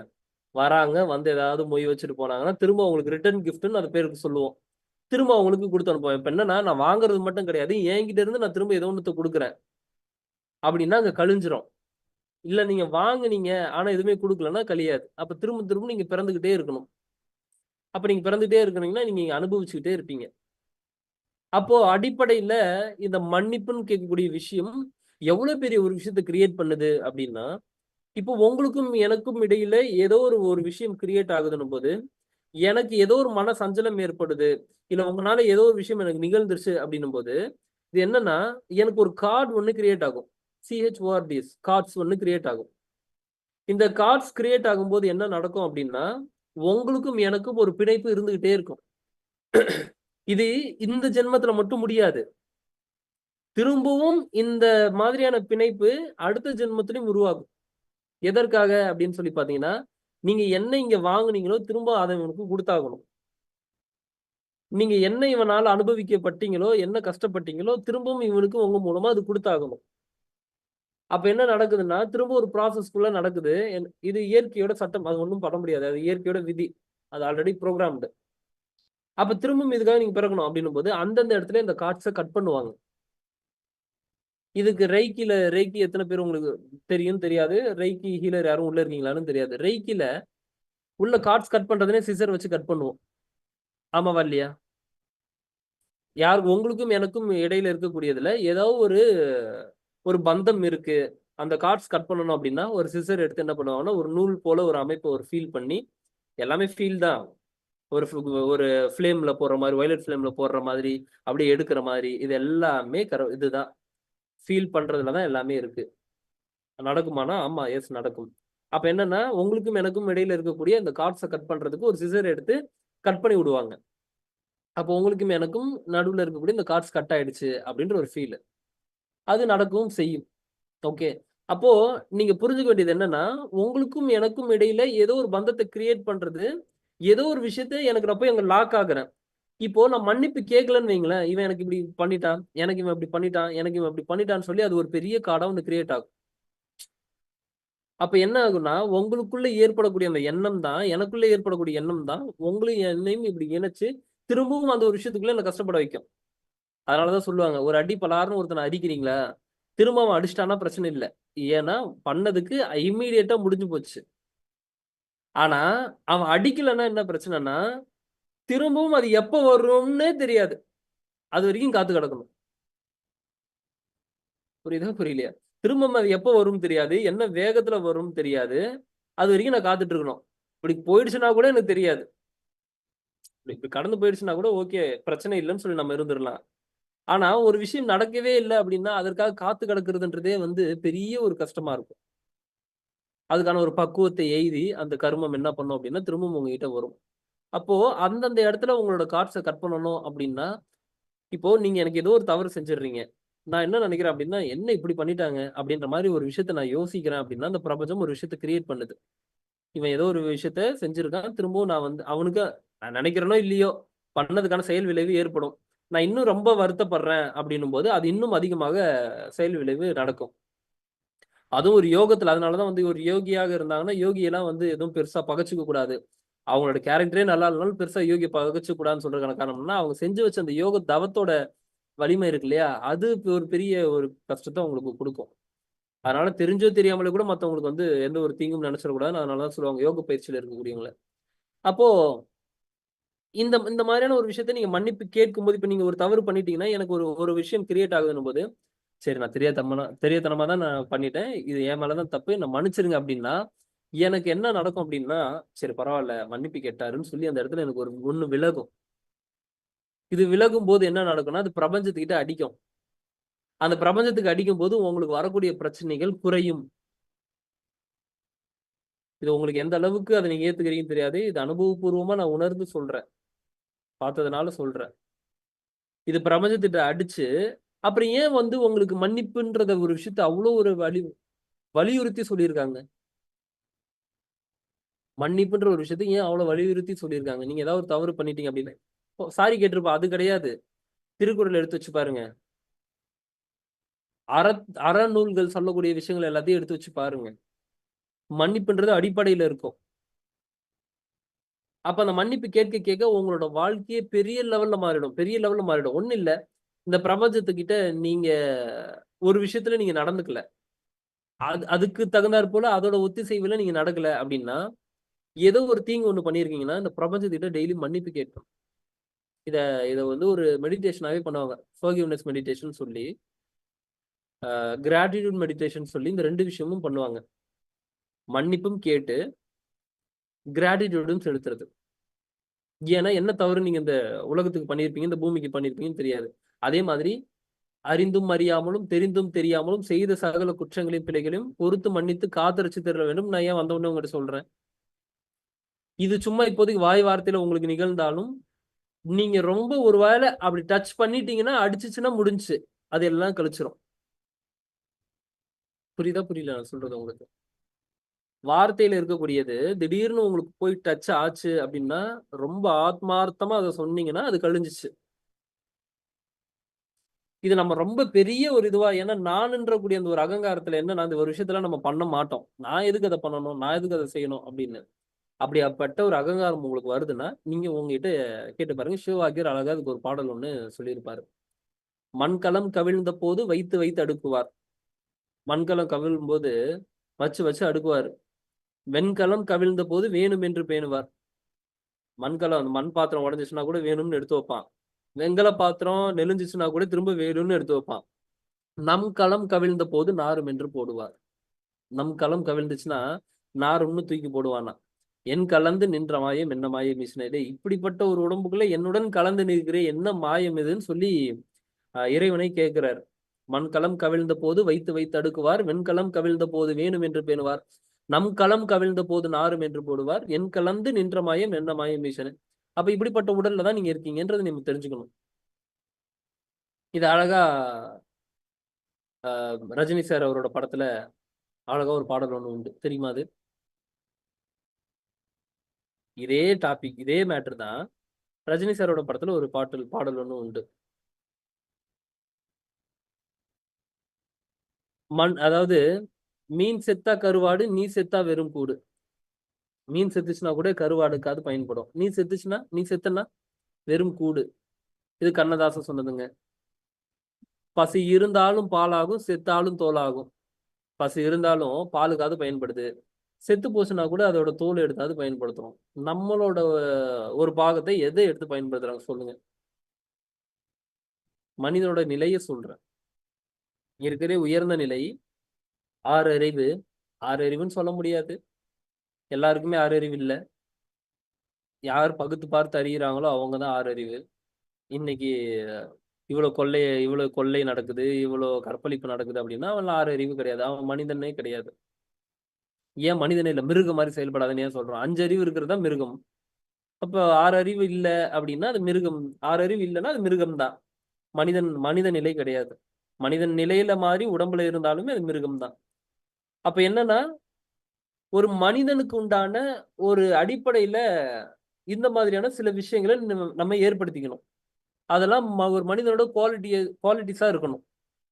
புரியுதா நான் சொல்றது உங்களுக்கு? இதெல்லாம் மனிதனோட குவாலிட்டிஸ்ல இருக்கணும். மனிதன்னா இதெல்லாம் வச்சிருக்கிறவன் தான் மனிதன் தான் நம்ம சொல்ல முடியும். அவன் தான் மனிதன். அவன் தான் சரியான ஒரு பர்சன். அப்ப என்ன, ஒரு தவறு நடக்குதா அந்த இடத்துல மன்னிப்பு கேட்டு பழகுங்க. எவ்வளவு ஆண்டுகள் வாழ போறோம்னு தெரியாது. இன்னும் ஒரு கோபம் இருக்கும் உங்களுக்கு. ஒருத்தர் மீது ஒரு வெறுப்பு இருக்குது. இல்லங்க 10 வருஷத்துக்கு முன்னாடி அதை பண்ணிட்டாருங்க, 20 வருஷத்துக்கு முன்னாடி அதை பண்ணிட்டாருங்கன்னு நீங்க சொன்னீங்கனாலுமே சரி கடந்து போங்கன்ற நானு. அதுக்காக நான் எல்லாத்தையுமே மன்னிச்சு போக முடியுமா அப்படின்னு நான் சொல்லல. மன்னிச்சிருங்க. ஒரு பர்சன்ட் இருந்து விலகி இருக்கிறது தான் சரின்னா விலகி இருக்கிறது சரி. போய் திரும்ப நீங்க எங்கிட்ட பேசுங்க அப்படி கிடையாது. ஒரு பர்சன்ட் இருந்து விலகி இருக்குன்னா விலகி இருக்கு சரி. ஆனா மனதளவால உங்களுக்கும் அவங்களுக்கும் எந்த ஒரு கஷ்டத்தையும் ஏற்படுத்துற மாதிரி அதை நினைச்சா கஷ்டத்தை கொடுக்குற மாதிரியான ஒரு விஷயத்த நீங்க வச்சுக்க கூடாது. எதுவும் நீங்க கேரி பண்ணிக்க கூடாது உங்ககிட்ட. அப்படி கேரி பண்ணிக்கிறீங்கன்னா அதை நினைக்கும் போதெல்லாம் உங்களுக்கு தான் பெயின். அவன் பாட்டுக்கு எங்க சுகமா உட்காந்துட்டு இருப்பான். பிரச்சனை யாருக்குங்க? அதை பத்தி நினைக்கிறீங்கன்னா பிரச்சனை யாருக்கு? அதை மன்னிச்சு விட்டுட்டீங்கன்னு வைங்களேன், அதை கடந்துருவீங்க. ஆக்சுவலி பிரச்சனை யாருக்குன்னா உங்களுக்கு தான். நீங்க நினைச்சிட்டு இருக்கிறீங்க அவனுக்குன்னு. இல்ல, அது பிரச்சனை உங்களுக்கு தான். இப்போ ஒருத்தனை பார்த்தாலே உங்களுக்கு வெறுப்பாகுதுன்னா அவன் இப்படி கடந்து போறான்னு வைங்க, அவனை பின்னாடி பக்கம் தான் பார்த்திருப்பீங்க. அவன் உங்களை பார்த்திருக்கவே மாட்டான். அவனை பின்னாடி பக்கம் தான் பார்த்திருப்பீங்க. ஆனா நீங்க கடந்து போகும்போது அவனை பார்க்கும்போது உங்களுக்கு தான் ஒரு வெறுப்பு உண்டாகும். உங்களுக்குள்ள ஒரு பெயின் ஒண்ணு உண்டாகும். Yes or no? அவன் உங்களை பார்த்துருக்கவே மாட்டான். தப்பு பண்ணவன் அவன் கடந்து போயிருப்பான். ஆனா அதை நீங்க கேரி பண்ணிட்டு இருக்கிறதுனால மொத்த பெயினுமே உங்களுக்கு தான். அப்ப நீங்க புரிஞ்சுக்க வேண்டிய விஷயம் என்ன அப்படின்னா, அந்த கணத்துல அந்த ஒரு விஷயம் நடந்துச்சு. அதை நான் மன்னிச்சிடுறேன். திரும்ப அந்த பெர்சன்ட்ட பேசணுன்ற அவசியம் கூட எனக்கு தெரிஞ்சில்ல. ஆனா அதை கேரி பண்ணக்கூடாது. இந்த பெர்சன்ட்லாம் நான் பேச மாட்டேன், அதை பண்ண மாட்டேன். சிலரை இந்த மாதிரி தான் வச்சுக்கணும்னா அந்த மாதிரி வச்சுக்கிறது சரி. துஷ்டனை கண்டால் தூர விலகுன்ற மாதிரி அது அவசியம் இல்லைன்னா அவசியம் இல்லை. ஆனா அங்க ஒரு போராட்டத்தை நிகழ்த்தக்கூடாது. புரிஞ்சுக்குங்க. அப்ப என்னன்னா, இவ்வளவு நாள் ஈகோல ஏதாவது ஒரு விஷயத்த நீங்க பிடிச்சு வச்சிருப்பீங்கல்ல. என்னைக்கோ நடந்துச்சுங்க. அது ஏதோ ஒரு விஷயத்துல நாங்க இது பண்ணோம், சண்டை போட்டோம். இப்போ வரைக்கும் நாங்க பேசுறது இல்ல அப்படின்லாம் சில பேர் இருப்பாங்க. நம்ம கிளாஸ் அட்டன் பண்ணும்போது அது அந்த ஃபர்கிவ்னஸ் செஷனுக்கு அப்புறம்லாம். ஆக்சுவலி ஃபர்கிவ்னஸ் செஷன் இன்னும் நான் வேற மாதிரி அதை எடுப்பேன். இன்னைக்கு உங்களுக்கு நான் பேசிட்டு இருக்கேன். ஓகே. ஸோ அந்த செஷனுக்கு அப்புறம்லாம் என்ன ஃபீல் பண்ணுவாங்கன்னா, 20 வருஷமா 23 வருஷமா தன்னோட தாய்கிட்டயே பேசாம இருந்து ஏதோ ஒரு இடத்துல ஒரு சின்ன விஷயம் நடந்திருக்கும். அந்த ஒரு விஷயத்துக்காக 23 வருஷமா அதை அவங்க கேரி பண்ணி 23 வருஷமா பேசல தம்பி. இந்த கிளாஸ்க்கு அப்புறம் தான் என்னோட அம்மா கிட்ட நான் அதை பேசுறேன். எங்க அம்மா கிட்டே நான் பேசுறேன். அதே மாதிரி ரொம்ப நாள் ஃபேமிலி ஃப்ரெண்டா இருந்திருப்பாங்க. ஏதோ ஒரு சின்ன விஷயம் நடந்திருக்கும். அந்த ஒரு சின்ன விஷயம் நடந்ததுக்கு அப்புறம் என்ன ஆகும்னா, அவங்களுக்கும் இவங்களுக்கும் ஒரு விரிசல் ஏற்பட்டிருக்கும். அதுல இருந்து பேசாம இருந்திருப்பாங்க. அது எல்லாமே என்ன தெரியுமா? தைரியமா எனக்கு இது தோணுச்சு. இது நீ எனக்கு பண்ணியிருக்க. நீ பண்ண தப்புன்னு போய் சொல்றதுக்கான ஒரு மனநிலை இல்ல. இதெல்லாம் தான் நான் உங்கள கிரியேட் பண்ண சொல்லி சொல்றேன். இப்ப அவங்க என்ன பண்ணியிருப்பாங்கன்னா, இவன் இப்படி பண்ணிட்டான் அப்படின்னு சொல்லி கடந்து போயிருப்பாங்க. நம்மகிட்ட சொல்லிருக்க கூட மாட்டாங்க. ஆனா இது எனக்கு பிடிக்கல, எனக்கு இது இப்படி தோணுச்சு, இது ஏன் இப்படி பண்ணீங்கன்னு சொல்லி என்னைக்காவது நம்ம போய் கேட்டோம்னா, உண்மையாவே அங்க என்ன சம்பவம் நடந்ததுன்னு தெரியும். இப்ப என்கிட்ட ரீசெண்டா ஒருத்தன், என்னோட ஃப்ரெண்டு, ஃபோன் பண்ணா எடுக்க மாட்டான், அது பண்ணா பேச மாட்டான். என்னடா எதுக்குடா இவன் ஃபோன் பண்ணா எடுக்க மாட்றான், எதுவுமே பண்ண மாட்றான் அப்படின்னா, ஒரு மெசேஜ் பெருசா டைப் பண்ணி வருது. நீ என்ன வந்து பின்னாடி என்ன பத்தி பின்னாடி பேசுறன்னு. அவன பத்தி பேசுறதுக்கு ஒரு மேட்டரும் இல்ல. அவனுக்கும் எனக்கும் சம்மந்தப்பட்ட ஆளும் ஒருத்தரும் இல்ல. முதல்ல ஒருத்தர பத்தி நான் பின்னாடி பேசவும் மாட்டேன். அவன் சொல்லும்போது எனக்கு, டேய் அப்ப இவ்வளவுதான் புரிஞ்சு வச்சிருக்கியான்ற மாரி தான் இருந்தது. ஆனா, மனம் அப்படி ட்விஸ்ட் பண்ணும். இன்னொருத்தன் வந்து உங்கள பத்தி இப்படிலாம் சொல்றான் அப்படின்னும்போது மனம் ட்விஸ்ட் பண்ணும். ஒருவேளை சொல்லியிருப்பானோன்னு சொல்லி தோணும். அப்ப என்னன்னா, என்கிட்ட அந்த பேச்சையே கட் பண்றான். அதுக்கப்புறம் தான் நான் கூப்பிட்டு விளக்கம்லாம் குடுத்து, அவ்வளோ நேரம் ட்ரை பண்ணி ஒரு பெரிய ஒரு மெசேஜ நான் டைப் பண்ணி அனுப்பிச்சதுக்கப்புறம் திரும்ப கூப்பிடுறான். இல்ல நான் தப்பா நெனச்சுட்டேன். எனக்கு இந்த மாரி சொன்னாங்க அப்படின்னா, அது முதல்ல நீ கேட்கணும்ல. உடனே என் மேல கோவப்பட்டு, ஓகே இதோட நான் கட் பண்ணிக்கிறேன் அப்படின்னா, அப்ப நீ கேட்கறதுக்கான தைரியத்துல இல்ல. இது ஏன் இப்படி இப்படி பேசுனீங்க? ஏன் இப்படி நடந்துச்சுன்னு சொல்லி முதல்ல கேட்கறதுக்கான ஒரு மனநிலை இருக்கணும். ஏன்னா, ஒரு 4 பேர்கிட்ட போயிட்டு வரும்போது அதோட இதுவே டோனே மாறிடும். நான் என்ன சொன்னேனோ அதுவே வராது. அது வேற மாரி தான் வரும். ஒண்ணும் இல்ல. அவனெல்லாம் அங்க கூட்டிட்டு போகாத அப்படின்னு நான் ஒரு அக்கறையில ஏதாவது ஒண்ணு சொல்லியிருந்தா, அவங்களுக்கு போகும்போது எப்படி புரியலாம் அப்படின்னா, ஓகே அப்ப எல்லாரையும் போக சொல்லி சொல்றாரு. என்ன வந்து கூட்டிட்டு போகக்கூடாதுன்னு சொல்லி சொல்றாரு. அப்ப என் மேல அவருக்கு பாசம் இல்ல தானே! இப்படிதான் போகும். இதனால தான் வந்து குடும்பத்துக்குள்ளயும் பிரச்சனை வர்றதுக்கான காரணமும் அதான். நம்ம என்ன அளவுல சொன்னோமோ, எந்த டோன்ல சொன்னோமோ, எந்த மனநிலையில சொன்னோம்ன்றத ஆப்போசிட்ல இருக்க பெர்சனுக்கு புரிஞ்சுக்க முடியாது. நீ என்ன மனநிலை சொன்னன்றத அவன்கிட்டயே போய் கேட்டா தான் இந்த மனநிலையில சொன்னோன்னு புரிஞ்சுக்க முடியும். அப்ப இதனாலலாம் ஒரு விஷயத்த கிரியேட் பண்ணி, நான் வந்து மன்னிக்கவே மாட்டேன் அப்டின்னா, இது ரொம்ப குழந்தைத்தனமா இருக்குது. சில்லியா இருக்கு. அப்ப இன்னைக்கு நீங்க என்ன பண்றீங்கன்னா, உங்களுக்கு இவ்வளோ நாள் ஏதாவது பேசாத ஒரு பெர்சன் இருப்பாங்க. அந்த மாரி இருந்தா சொல்றேன். இல்லன்னா பிரச்சனை இல்ல விட்டுருங்க. பேசாத பெர்சன் இருப்பாங்க. அந்த மாரி ஏதாவது ஒரு விஷயத்தினால நீங்க பேசாம இருந்தீங்கன்னா, அவங்களுக்கு நீங்களே வாண்டடா ஃபோன் பண்ணி, இதான் இன்னைக்கான உங்களுக்கு டாஸ்க்கு. அக்செப்ட் பண்றது ஒரு டாஸ்க்கு. அவங்களுக்கு வாண்டடா ஃபோன் பண்ணி, "எப்படி இருக்கீங்க?" இல்ல மெசேஜ் போட்டு "எப்படி இருக்கீங்கன்னு?" ஜஸ்ட் கேளுங்க. இல்லையா அவங்கலாம் திரும்ப பேசலங்க. நான் என்னதான் ட்ரை பண்ணேன் பேசல. அப்படின்னாலும் பிரச்சனை இல்ல. விட்டுருங்க. உங்க சைடு நீங்க எடுக்கக்கூடிய முயற்சி எடுத்தீங்க அவ்வளவுதான். அதுக்கப்புறம் நடக்கிறதுன்றது நம்ம கையில கிடையாது. அப்ப அந்த இடத்துல என்னத்த பண்ணணும்? அக்செப்ட் பண்ணணும். ஓகே. அது எப்படி அவன் பண்ணலாம்? நானே இறங்கி வந்துட்டேன். என்னோட கௌரவத்தையும் விட்டுட்டு வந்துட்டேன். ஆனா அவன் இப்படி பண்றான். அப்படின்னா போராட்டம் நிகழ ஆரம்பிச்சுரும். ஆக்சுவலி டூல் நெறைய இருக்குங்க. எந்தெந்த இடத்துல எந்தெந்த டூல பயன்படுத்தணும்னு தெரியணும். அந்தந்த இடத்துல அந்தந்த டூல பயன்படுத்திட்டு நீங்க அதுலருந்து வெளிய வரணும். புரியுதா நான் சொல்றது உங்களுக்கு? அப்போ இன்னையில இருந்து ஏதாவது தவறு பண்ணிட்டீங்க அப்படின்னா, மன்னிப்பு கேளுங்க.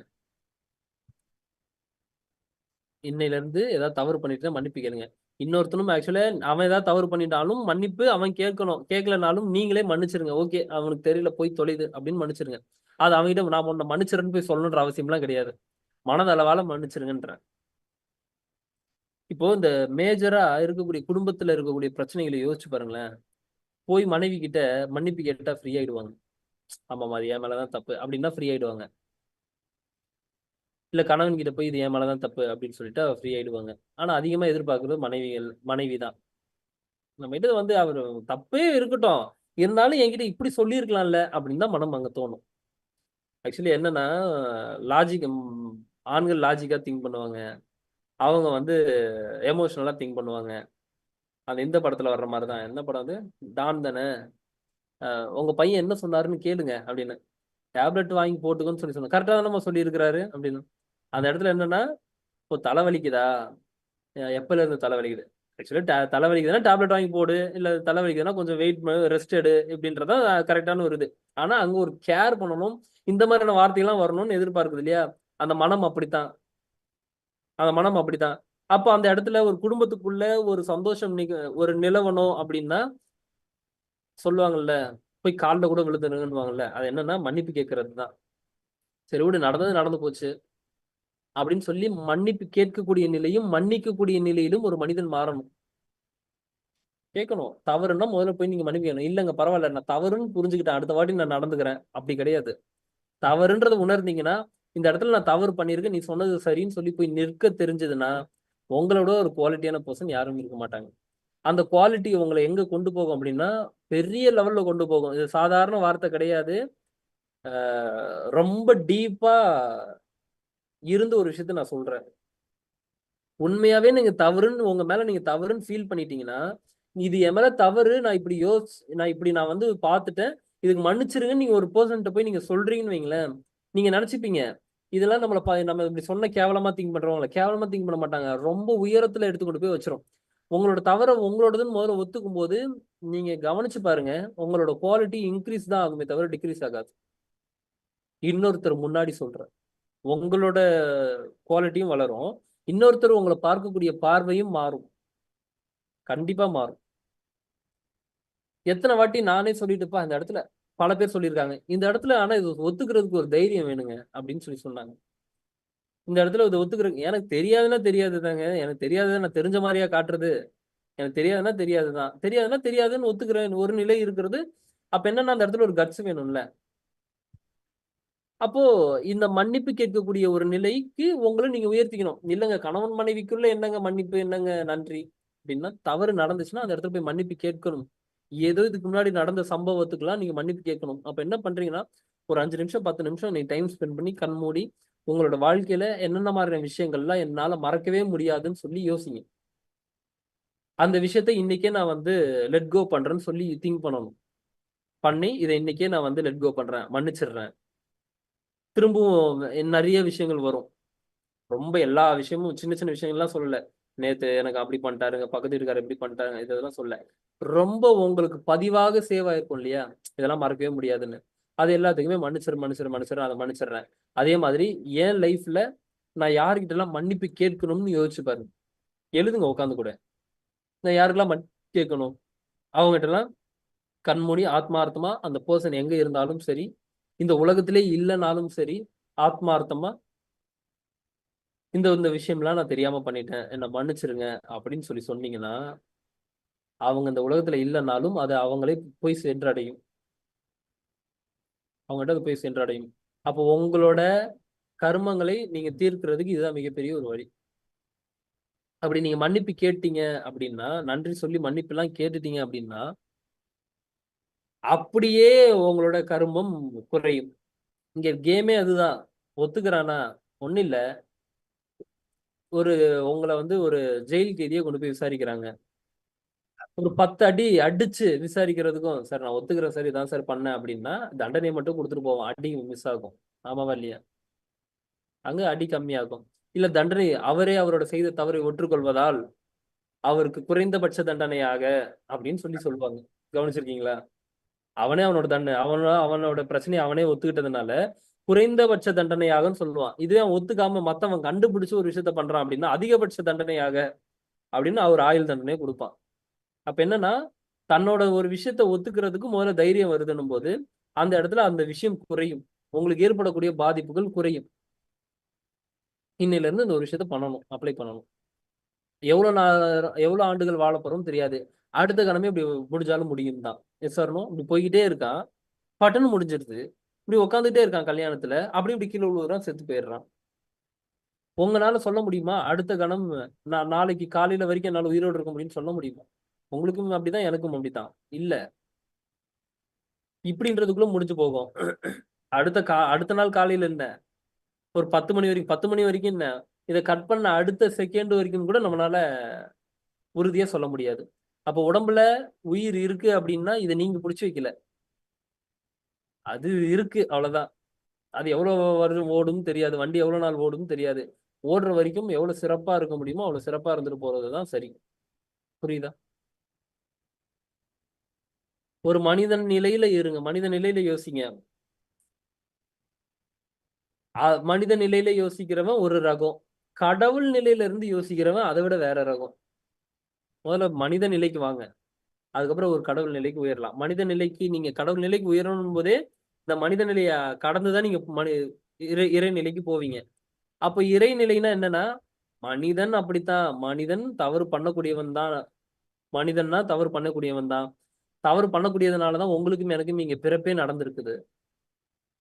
ஆமாவா இல்லையா? இப்போ இங்க ஒரு விஷயம் எனக்கு தவறே நடக்கலன்னா நான் ஏன் பிறந்திருக்க போறேன், நீங்க ஏன் பிறந்திருக்க போறீங்க? ஒரு தவறு நடந்ததுனால ஒரு அனுபவத்திற்காக தான் அந்த பிறப்பே கொடுக்கப்பட்டிருக்கு அப்படின் போது, எப்படி நீங்க இன்னொருத்தர்ட்ட போய் அவன் அந்த தவறு எல்லாம் பண்றான், இந்த தவறு எல்லாம் பண்றான், இன்னொரு இடத்துல நீங்க போய் பேசுறீங்க? தவறு செய்வதால் மனிதா உனக்கு பெயர் மனிதன், அவ்வளவுதான். நீ நீ பிறந்திருக்கிறதுக்கான காரணமே நீ தவறு செஞ்சதுனால தான். அப்போ பின்னாடி இருக்கக்கூடிய விஷயத்த திங்க் பண்ணாம இந்த கணத்துல நான் என்ன மாதிரியான விஷயங்களை பண்றேன். இதுக்கு அழகா ஒரு பாடல் ஒண்ணு உண்டு. மனிதனோட வாழ்க்கை எப்படி ஆரம்பிச்சு எப்படி முடியுதுன்றதுக்கு ஒரு பட்டினத்தாரோட பாடல். ஒரு மடமாது ஒருவனுமாகி இன்ப சுகம் தரும் அன்பு பொருந்தி உணர்வு கலங்கி ஒழுகியிருந்து ஊறு சுரோனித மீது கலந்து பனியுலர் பாதி சிறு துளியமாது பண்டியில் வந்து புகுண்டு திறன்னு சொல்லி அந்த பாடல் அப்படியே போகும் டிராவல் ஆகி.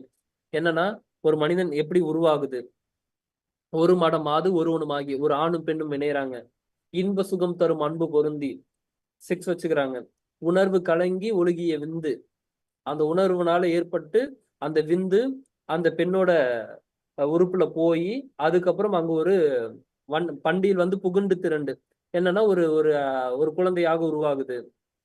கமடம் இதென்று பார்வை மெய் கால் கைகள் என்ற உருவமுமாகி உயிர் வளர் மாதம் 9 ஒன்றும் நிறைந்து மடந்தை அப்படின்னு சொல்லி இந்த பாடல் அப்படியே டிராவல் ஆகும்.